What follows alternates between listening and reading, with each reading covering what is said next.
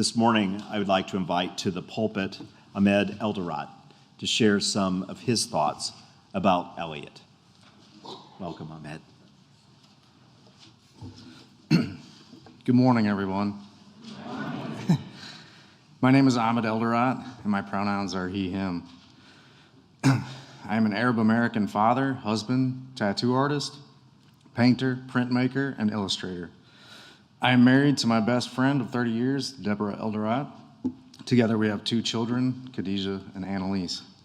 We started coming off and on to Eliot Chapel in 2016 when our oldest wanted to connect with some friends in the youth group.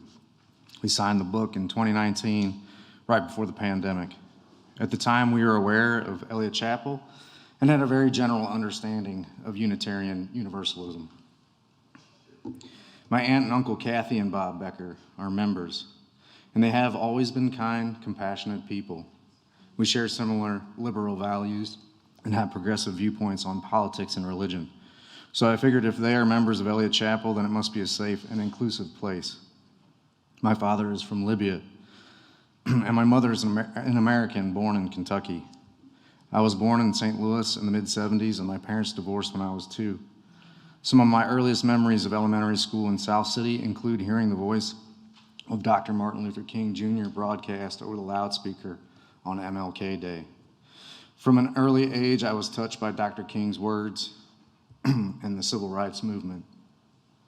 From an early age, later in elementary school, I moved with my mother and stepfather to the rural South, deep in East Texas. There I survived many racist threats and physical violence. I was bullied daily by schoolmates and even teachers. After graduating high school, I moved back to St. Louis to live with my father. Shortly after, I met my wife, and after many great adventures, we got married and had 2 children. As they grew, it became apparent that we needed to find a spiritual community to connect with. Through our personal experiences and observations, we have come to believe that the remedy for the human condition and many of the most pressing issues of our modern world is community and service.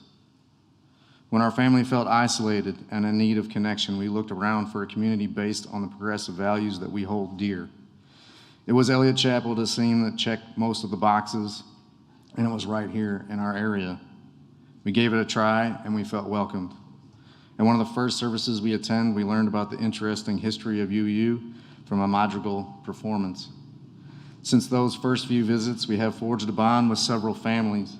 During the pandemic, when kids weren't able to go to school, we even formed a homeschool bubble and did our best to educate, socialize, and protect our children, leaning on each other while navigating the struggles of parenting during quarantine and the increasingly hostile social and political climate of the Trump years.